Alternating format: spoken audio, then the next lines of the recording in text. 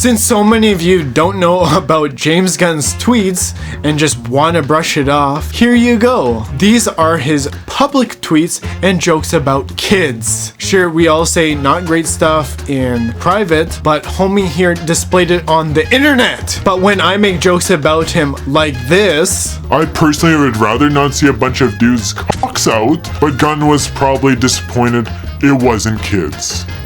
you all get butthurt. Also, you guys gotta let me know your favorite tweet by Gunboy, because you Gunn fans just love backing him up for everything. It's terrible. 8 months ago, Rick Flag Sr. becomes the director of Argus and wants to see how his son got the old bye-bye, turn it off. You know, I just love how Gunn always makes his stuff canon, but Snyder's stuff, he's like, nah, we're just deleting that shit, like it never existed. This is happening. And the one thing I will say, at least Snyder didn't make any sick jokes about kids online for the world to see. So there is that. You haven't seen that. At least now it makes sense why Rick Flag Sr. has such a hard-on for Peacemaker. At least we know James Gunn only wrote this episode and didn't direct it.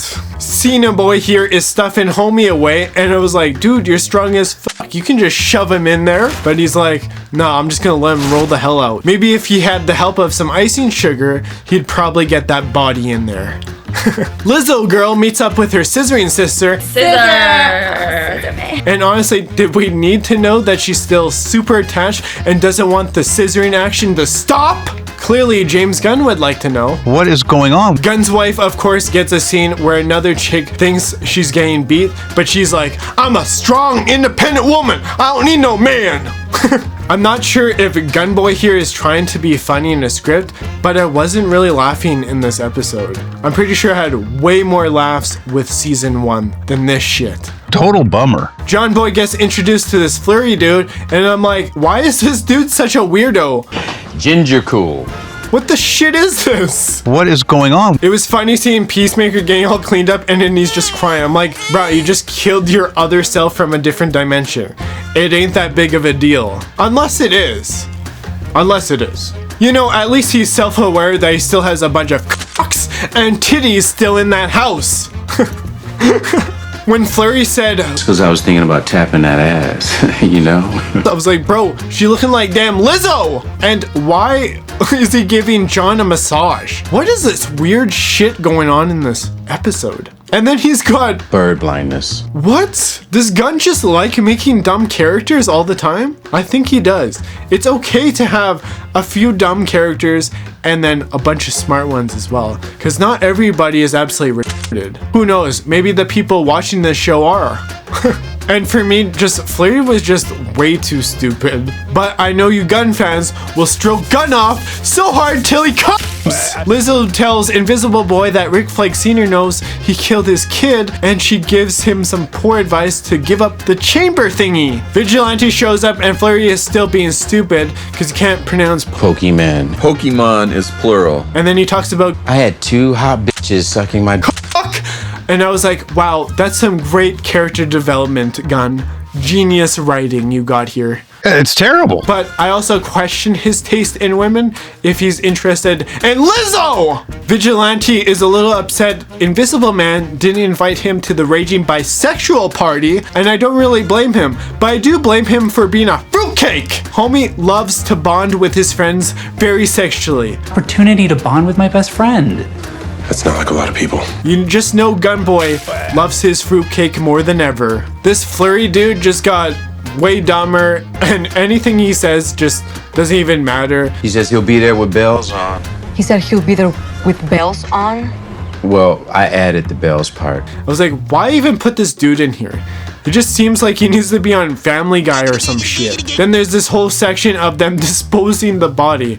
I was like, come on, guys. But again, they're pretty well dumb, so that's kind of what I expected from Gunboy. When John Cena Boy looks at his other dimension self going, bye-bye, turn it off in a fire, that's just how I felt watching this. You know, at least he goes through and sees all the wild stuff Gunn's wife has been doing when he's not around. I honestly don't even want to know what kind of parties they're into, but I think I got an idea of them. Flurry got his gang of goons getting pumped, and they got whatever the hell that thing is. Of course they're having a party and they got Bud Light in there. The fruitiest beer ever for fruitcakes. Something I actually forgot to mention in episode 1 was the fruitcake galore. At least these clowns got together with some fruitcake beer. And my golly, Flurry is still annoying as shit. His lines were just not that funny. Your new name is barely legal. Okay, now it's Cupid doll. And I just thought it was still really dumb. And it doesn't really do anything. They raid Invisible Boy's place because obviously he's not there, and at least Eagly goes full-on rampage mode. You know what? I enjoyed this section a lot because they really got what they deserved. They got the old bye-bye, turn it off.